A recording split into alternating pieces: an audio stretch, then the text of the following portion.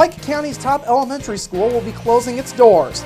We'll have more on the decision. Plus, Carrie Schneider has this week's report with our friends at the DuBois County Humane Society, and host Bill Potter brings us another episode of Inform. All of that and much more is up next here on the 18 WJTS News.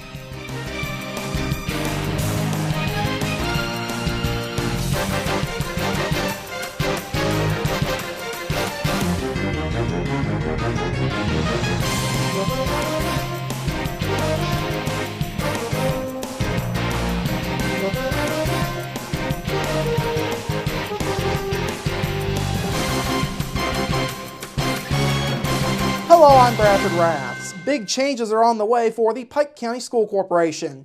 During a meeting last night, the Pike County School Board voted 4-1 to close Otwell Elementary as part of cost-cutting measures. The closing will take effect at the end of the 2015-2016 school year. Additionally, the board voted 4-1 to cut 7 staff positions. Now, Otwell Elementary has been one of the top performing schools in the Pike County School District. Over the last several years, the school has consistently been named as a 4-star school in Indiana and has been a National Blue Ribbon School twice since 2010. Pike County School Superintendent Suzanne Blake says Otwell's success made the closure a tough decision. However, she says it all came down to costs. In looking at the expenses to maintain the building, the size of enrollment, we looked at some redistricting options, but we're at a point where we're going to have to be investing a significant amount of funds to keep things cost effective because of our deficit financing. What are ways that we can invest and use our funds in a more cost effective manner? The Pike County school system has been battling budget issues over the last few years. Blake says changes to the state funding formula for schools have contributed to a district-wide deficit. She says until now, the district overcame that thanks to a rainy day fund and various bank loans.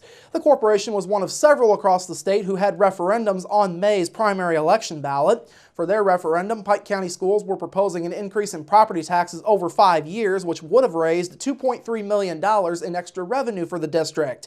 That proposal was overwhelmingly defeated as 68% of Pike County voters said no to the increase. Blake says had the referendum been approved, things would have been much better, though not completely fixed.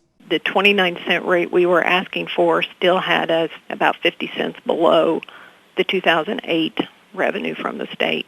So we were not asking for an amount that would bring us all the way back up to that level. We were just trying to get to a point that would maintain our expenses within our general fund. We know we're going to be cited in our next State Board of Accounts audit, but our other choice, we either exceed appropriations and do our best to trim, or we withhold paychecks. Blake says other staff cuts are possible in the future. She does remain hopeful that the district can get out of deficit spending sometime within the next few years. Early results of studies being done on the former Hoosier Desk building have found some structural issues. Last night at a joint meeting with the Jasper Library Board and the Jasper Arts Commission, representatives of Universal Design laid out some of those main problems. The Library Board and Arts Commission are considering a collaboration for what would be the Jasper Cultural Campus, which would utilize the former Hoosier Desk building. The main issues with the building itself that were found by Universal Design included bowed wood trusses, uneven walls due to settling over time, some walls that had moved significantly, and damage to slabs and support columns. Ralph Pund is the vice president of Universal Design. He says though the company is still formulating a final cost estimate, repairs likely won't come cheap. It's going to be costly.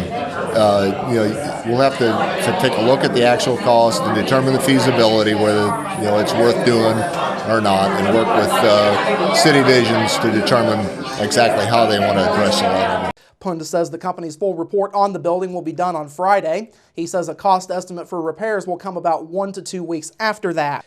Now, last night was also the first time that preliminary plans for the Jasper Cultural Campus were unveiled to the public. City of Jasper consultant Barry Alberts with City Visions laid out a floor plan that would have the Jasper Library using 29,700 square feet of space, with the Jasper Arts Commission getting 24,500 square feet. The proposal also includes a main entry and events area, a restaurant, a cafe, and a dance and yoga studio. Both boards expressed optimism about plans despite the structural concerns. Library Board President Dean Vonderheide says it's all part of working with an older structure. We have cracks in our existing library foundation, and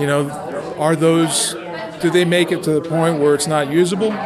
No, but there's got to be remediation. There's got to be a fix, and we don't know what those costs are yet. We're looking forward to getting that. Vonderheide also praised the collaborative effort with the Arts Commission. Arts Commission President Mike Jones echoed Vonderheide's opinion about the collaboration. He also has a message of his own for the public. I would say give serious thought and study this, because it's a great way to have two public entities working together to save taxpayer dollars with utilization of space, economy of scale, parking, classrooms, restrooms, meeting rooms, those kinds of things. Plus, in the middle of Jasper's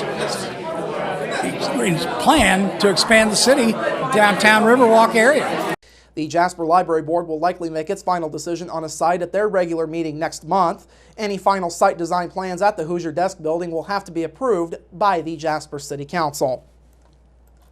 And finally tonight, the Huntingburg Airport will soon be partnering with DuBois Strong, among others, for some new marketing. Last night, Airport Manager Travis McQueen told the DuBois County Airport Authority that the airport and DuBois Strong will be partnering to put up a new shovel-ready sight sign along US 231 on airport property. Other organizations who will be joining in on this effort will include the Indiana Economic Development Corporation and Radius Indiana. Now, the goal is to drive interest to the airport site from major businesses. McQueen says the airport appreciates the help from DuBois Strong, and there has already been some interest in the site. McQueen says about 7,000 to 8,000 vehicles pass the airport along US 231 each day. Thus, he says the sign will play a huge role in drawing more interest. Our mission and goal to date has been simply to identify some of those potential candidates and kind of keep in touch with them, calling them quarterly, meeting them, the opportunity, we go to Oshkosh annually. That's an opportunity to meet them in person, but also to kind of keep that relationship up. So when they do make a decision, that they do not forget about who you are, where you're at, and what you have to offer. McQueen says interest has also come locally as farmers have contacted him about using some of the area as further agricultural space. All right, coming up after the break, Carrie has this week's report with our friends at the DuBois County Humane Society, plus dry sunny days and tonight's edition of Inform. We're back after this.